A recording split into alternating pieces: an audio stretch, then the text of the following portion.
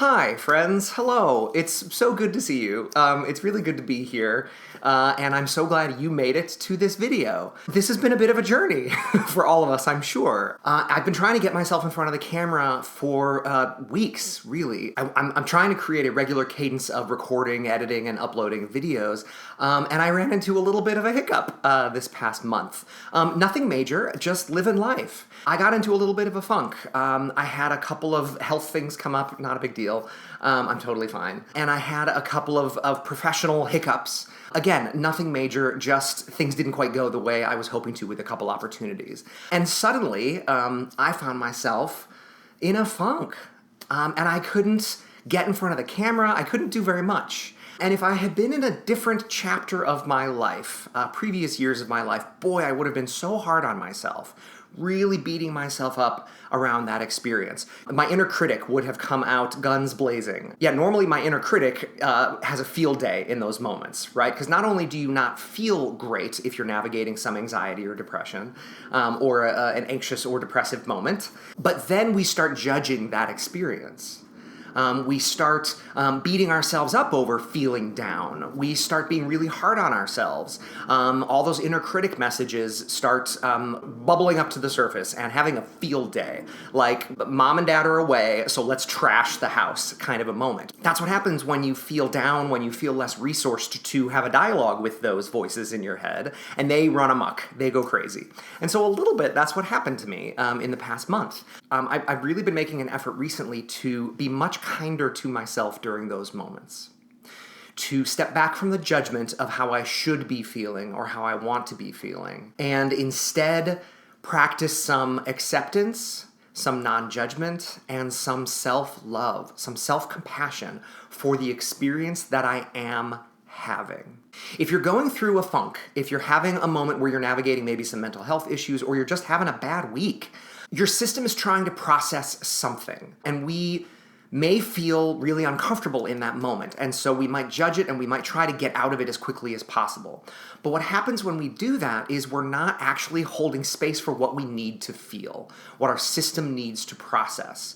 If you're feeling down, if you're in a funk, maybe your system just needs to fully feel that victim energy, that disappointment, that anger, that sadness. Maybe it was triggered by something that happened, right? So mine was triggered by sort of a series of moments that didn't quite go the way I wanted. And then all of a sudden I was like, in a puddle on the floor. Like, all I wanted to do was curl up on my couch and like hide under a blanket and watch documentaries about space or whatever. And so for about a week, that's kind of what I did. I gave myself permission to be in that space.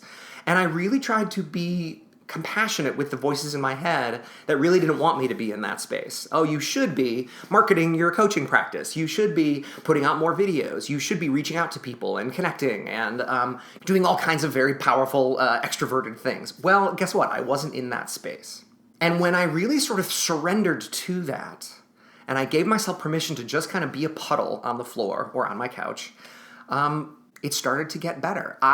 The feelings did what they needed to do. The chemicals in my system processed. And then eventually I started taking action to just to do things that felt good, right? Reached out to some friends, took some small steps, and eventually we start putting the pieces back together. We start forming our shape again out of the puddle, and we reconnect with the energy that we might typically want to feel. And that's what I did. And so here I am, very happy to be back on camera with you all. The interesting thing is you can't force yourself out of an experience like that by like being cruel to yourself or whipping yourself on the back like some horse that is lame and doesn't want to, plow the field or something like that. You're not going to get very far with that. You're going to fight yourself along the way, and then your system still isn't going to process what it really needs to process. So that brings me to the topic of today's video, which is really meeting yourself where you are and practicing authenticity rather than positivity. And let's talk about that for a second. If we can truly, deeply, madly give ourselves permission to be where we are, to accept the experience that we are having without judgment or without expectation, that becomes a much kinder, more loving, and more easeful way of being you, of being the human being that is you, having whatever experience you are having. So one thing that we do as coaches when we're working with a client is we always meet our client where they are, right? Our client can't be anywhere other than where they are experiencing what they're experiencing. And if we try to force some other kind of moment onto them, we're not doing a very good job as a coach. We can apply that principle to us, to the experience that we're having as well. If you truly meet yourself where you are and allow yourself to be where you are, because you can't be 2 steps ahead of where you are. That's not how life works. That's not how physics works and the human experience works. You take some of that pressure off. One of the sort of cruelest things that we do to ourselves is we judge what we're feeling. We judge the experience that we're having. We put pressure on ourselves to get out of a moment that may feel uncomfortable. And all that does is kind of gum up the works. It ties us up in having feelings about the feelings that we're having. There's a lot of judgment and kind of harshness that we end up perpetuating in ourselves, in the dialogue, the relationship that we're having with ourselves. And that doesn't serve us. And so if we can be authentic with ourselves, we allow ourselves to step back from the judgment, the expectations of whether what we're feeling is good or bad, where we're supposed to be right now, what we should be feeling or doing right now. That allows ourselves to just be where we are. And that's a very loving way of being. It's a very powerful way of being you. And what happens when you give yourself permission to be where you are, to be experiencing what you're experiencing, to hold space for it, and know that it's not going to last forever if it's an uncomfortable moment, that you can care for yourself in that moment, and eventually you will transition your energy to the next moment. You can take action or take steps to support yourself in that moment. Eventually that moment passes. And you step into the next moment, and maybe that moment feels more comfortable or more how you'd like to feel. That becomes a kind and powerful way of living your life. And a lot of positive things start happening when you're able to operate that way. You stop putting pressure on yourself, you stop guilting and shaming yourself, trying to push and force and muscle your way into more productivity or feeling a different way than what you're feeling. And so lovely things start happening. There's an acceptance that starts happening. There's a peace. There's even more kind of functionality that starts happening because you're not always fighting to be somewhere that you're not. You're not spending energy fighting energy with that. And so a lot of lovely, positive, constructive things start happening when you're able to step back from the judgment and just be where you are and support yourself in the experience that you're having there. And that's different than always being positive. So I want to talk a little bit about positivity. Positivity is this idea that like you're always supposed to be positive, that life works out when you're always positive. Look on the bright side of things. You can get out of any negative or difficult situation by being positive, right? So that gets us into the area of what we call toxic positivity, and you can Google that or look it up, or maybe you've just experienced it yourself. You know what it is. Toxic positivity is rooted in this idea that you can just put on a smile and kind of smile your way out of any situation, right? That you're maybe feeling down, especially if you're dealing with like legitimate diagnosable, anxiety and depression. Just smile, or you should smile more, or think positive thoughts. That gets to be problematic. One, it's dismissive of the experience that you are having, and that can be really harmful. Two, it is judgmental, that there's a right way of being and a wrong way of being. And when you're feeling negative, or your inner critic is having its play day, or you're just feeling down, or you're navigating a moment of legitimate depression or mental illness, or something that you may be experiencing that is really uncomfortable, there's a judgment then that you're doing something wrong, that is a bad way of being, that you're not supposed to be in that space. That's problematic. It's a form of bypassing. It's a form of gaslighting, that you're doing something wrong if you're not always putting on a brave face. You're not always smiling. You're not always, just think positive thoughts. Just look on the bright side. That gets to be really harmful and not constructive. So this is kind of what I want to communicate, I guess, with this video. Screw positivity. And that's not even what coaching is about. Coaching isn't even about putting on a brave face or always looking on the bright side of things or whatever. Good, powerful coaching is really holding space for the experience that you are having as the client. A powerful way of living is really being in acceptance of what you are experiencing at each moment. And that takes practice because it's hard, because we don't want to feel uncomfortable. We don't want to wallow in moments that are difficult. Of course, they're not fun, right? And so it's not about just putting on a brave face and just being smiley and always looking on the bright side and the cup is half full, all of those moments. That ends up bypassing the experience you may need to really be having, acknowledging that you are dealing with a really challenging moment and holding space for that.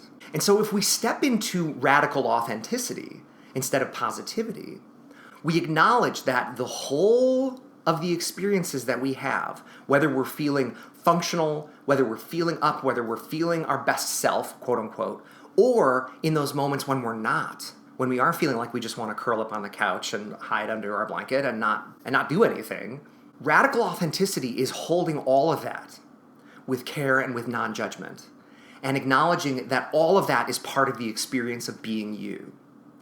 In my former life, I used to always judge those moments when I was having a funk, when I was having a more challenging moment and wasn't feeling as functional, as something was wrong. I was doing something wrong. I was bad. I wasn't feeling like myself. Right? Because feeling like myself was full of energy and extroversion and creativity and connection and collaboration with people. That's when I felt like my best self. And so I used to judge, or I would sort of frame those experiences as those up moments was feeling like myself, and those down moments I wasn't feeling like myself. There was something wrong, I was broken, or I needed to fix something and get back to that other state. Well, recently, as I've been on my own journey, I've really been holding all of that as the experience of being me. Really acknowledging that I am both of those experiences. That is part of the experience of being Aaron. And when I've done that, boy, it makes those moments when I do want to curl up on the couch, those funks, those more challenging moments, it makes them so much easier to navigate. Because suddenly, I'm not judging them as I'm doing something wrong or this is bad or this is not good. But I'm really working to practice that this is also part of the experience of being me. And I don't have to fight it or force it or hide from it or try to positivity my way out of it. I can just be with it and acknowledge that moment and practice some of those mindfulness questions that I've shared in some other videos. What am I experiencing now, right? What label would I give this moment? Oh, I feel shitty. Excuse my language. I feel crappy. I feel down. I don't feel like my best self. I hate this. I get really mad about it. Right? And I just allow myself to be in that space and really acknowledge, oh, that's what I'm experiencing right now. And then what does that tell me that I need? And sometimes that answer is another Netflix documentary, or, maybe going for a walk around the block, or calling a friend, or just curling up in a blanket and having a good cry. And when I give myself permission to do those things, then I can start caring for the experience that I am having, rather than wanting to care for some experience that I'm not having. That's not what I'm doing right now. That's not what my system is doing right now. For better or worse, that's the experience that I'm having now. And it's cruel and mean for me to try to impose some other way of being on a moment that I'm not going to be able to force my way out of. And so that's the power of radical authenticity, is truly accepting yourself in all of the moments that you're having, not just the ones that feel up and powerful and functional and creative and great and whatever, but also still loving yourself, holding space for yourself, acknowledging those other moments, those lower moments, those funks, that is also part of the experience of being you, or in this case, me. And holding space for that and being kind to yourself in those moments. And so when you can remove the judgment that some states of being are good and some states of being are bad, when you can hold yourself in compassion and kindness and acceptance, no matter what cycle you may be in, if you experience those kinds of cycles, or disappointments, or hard weeks that you may be having, or a tough day, that will ultimately lead to less effort being expended trying to force and muscle your way out of those moments. You'll also be able to hold space for those moments without judgment and guilt and shame and all of those things that kind of get in the way of truly just being where you need to be at that moment. Then eventually you move out of those moments more quickly because you've given yourself space to process and just be. Maybe you just needed to have a week where you just curl up on the couch. It creates more ease as you then transition to moving out of that moment, moving to the next moment. These moments don't last forever. They never do. You will always navigate your way out of them. And that leads to a sort of more positive way of being by default. You end up creating more positive experiences, loving experiences, accepting experiences for yourself as your days go by, without having to force positivity onto it, because you're doing it without the judgment of there's a positive way of being and a negative way of being. When you can acknowledge and validate, oh, maybe I just needed to have a low moment. Maybe I just needed to have a day that felt crappy, or I was disappointed in this thing that didn't go my way. I just need some time and space to process that. Oh, it's taking a little longer than I thought. Well, maybe you had a lot of strong feelings about that thing, and maybe you needed more time than you thought you were going to need to process that experience. So I want to invite you to just consider some of these ideas. When you're in a funk, when you're experiencing a disappointment, or what you experience as a rejection. Maybe you didn't get a job you applied for, or maybe, someone you were going on a date with didn't want to go on another date with you, or whatever it may be, those challenging moments. If you held space for your system to process that disappointment without judgment, what would be different for you? Notice the experience you have when you're in those moments. Are you judging yourself? Are you trying to force yourself into a more quote-unquote positive way of being? Or are you holding space for the experience that your system needs to have? And what are you doing to meet yourself where you are and care for the experience that you're having? The more we're able to do that, the more we can approach our relationship with ourself and the experiences that we're having with love and compassion and acceptance. And it starts to feel easier because we're not spending all this energy trying to force ourselves into another way of being that we're not in right now, or judging or beating ourselves up. You're shortcutting or trying to circumvent the processing and the being that your system is needing to be in that moment. So I just want to invite you to just pay attention. That's literally it. Just pay attention to what you're experiencing in those moments and see what you discover. Thanks for watching. If you want to talk more about this, please feel free to shoot me an email or drop a comment down below. If you like this video, please hit like on the video. If you feel like someone you know might benefit from it, feel free to share it with them. Yeah, we're all in this together, and I really appreciate you being a part of this experience with me. Thanks so much for watching. We'll see you around.